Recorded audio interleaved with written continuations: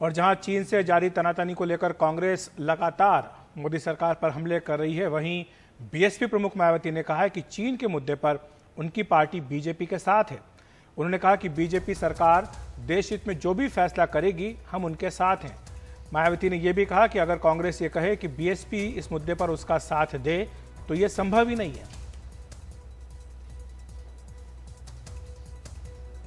चीन के मुद्दे पर हम बीजेपी के साथ खड़े हैं, क्योंकि हमें देश हित में बीजेपी की सरकार जो भी फैसला लेगी, हम उनके साथ में खड़े हैं। लेकिन अब कांग्रेस ये कहे कि इस मुद्दे पर उनके साथ बीएसपी खड़ी हो जाए, ये बिल्कुल इससे हम सहमत नहीं हैं। और हमारे साथ कमाल खान हमारे साथी लखनऊ से जुड़ रहे हैं। कमाल, बहन जी अचानक से नहीं बदली हैं, पिछले कुछ वक्त से लगातार उनके जो संकेत हैं वो बीजेपी के लिए बड़ी सॉफ्ट होती जा रही हैं, उनका हृदय परिवर्तन बहुत ज्यादा है।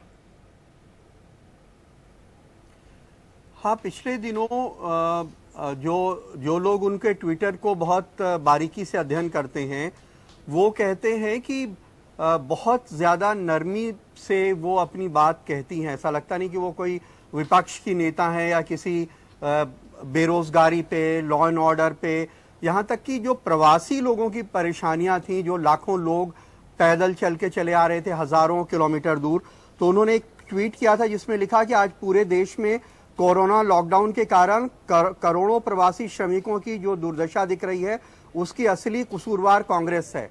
तो इनके लिए भी वो कांग्रेस को जिम्मेदार ठहरा रही थी। पिछले दिनों वो प्रियंका गांधी जो भी करती हैं उस पर फौरन वो अटैक करती हैं। राहुल गांधी एक फुटपाथ पे कहीं कुछ प्रवासी मजदूरों से मिल रहे थे, तो उन्होंने ट्वीट करके कहा कि ये नाटक ज्यादा लग रहा है। जो कोटा से बच्चों के आने का मसला था, उसके ऊपर उन्होंने राजस्थान की कांग्रेस सरकार के खिलाफ ट्वीट किया।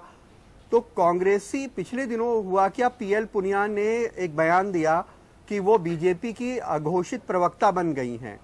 पिछले दिनों मायावती ने जब इसी तरह कुछ कांग्रेस के ऊपर ट्वीट करके प्रहार किया, तो कांग्रेस की एक नेता ने उसी में उनके ट्वीट में नीचे लिखा था कि अब बीजेपी में संबित पात्रा की कुर्सी खतरे में पड़ गई है क्योंकि बहन जी आ गई हैं।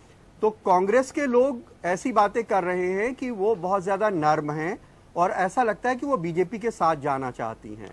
लेकिन कमाल, जो मायावती जी कह रही हैं वो राष्ट्रीय सुरक्षा की बात कह रही हैं। वो कह रही हैं कि जो राष्ट्रीय सुरक्षा के मुद्दे होते हैं, इस पर एक राय होनी चाहिए। हमने देखा भी था कि जो पीएम के साथ सर्वदलीय बैठक हुई थी, उसमें कांग्रेस को छोड़ करके बाकी सारे दल सरकार के साथ दिखे थे।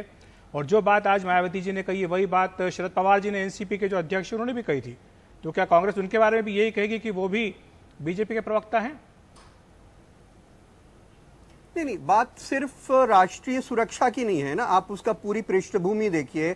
अगर प्रवासियों की परेशानी के लिए आज के तारीख में वो कांग्रेस को जिम्मेदार बता रही हैं, अगर कोई स्टेट गवर्नमेंट जिम्मेदार नहीं है जो उनको बस दे सकती थी, अगर केंद्र सरकार जिम्मेदार नहीं है जो तमाम स्टेट से कोऑर्डिनेशन करके जहां प्रवासी लोग थे उनको वहां खाने पीने का इंतजाम कर सकती थी, बल्कि कांग्रेस पार्टी उसके लिए जिम्मेदार है।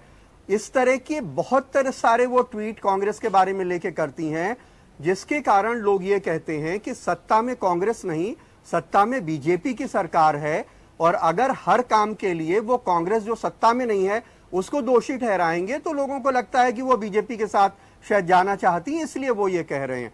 ये मसला ये भी वजह है कमाल की, जिस तरह से राष्ट्रीय सुरक्षा के मुद्दे पे कह रहे हैं। जिस तरह से प्रियंका गांधी लगातार सक्रिय हुई हैं यूपी में, बहन जी को ये लगता हो कि शायद कांग्रेस पार्टी जो अपोजिशन का स्पेस है वो हासिल करना चाहती हो, ये भी एक वजह इसकी हो सकती है।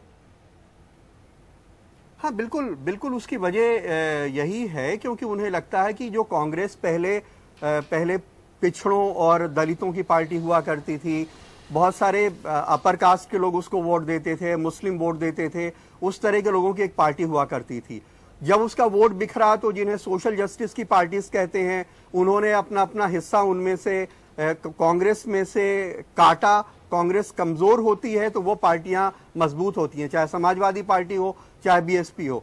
लेकिन अगर कांग्रेस मजबूत होगी, कांग्रेस फिर से अपने वोट को हासिल करने की कोशिश होगी, तो वो पार्टियां कमजोर होंगी। इसलिए आप देखिए कि प्रियंका गांधी जब भी उत्तर प्रदेश में जनता के किसी भी मुद्दे पे अगर वो सड़क पे प्रदर्शन कर रही हो, ट्वीट कर रही हो, कुछ कर रही हो, मायावती फौरन उसके खिलाफ लिखती हैं, फौरन उसके ऊपर हमला बोल देती हैं। वो सत्ताधारी पार्टी के ऊपर हमला बोलने के बजाय जो विपक्षी दल जो विपक्ष के तौर पे कुछ कर रहा है सरकार के खिलाफ, उसके ऊपर हमला बोलती हैं।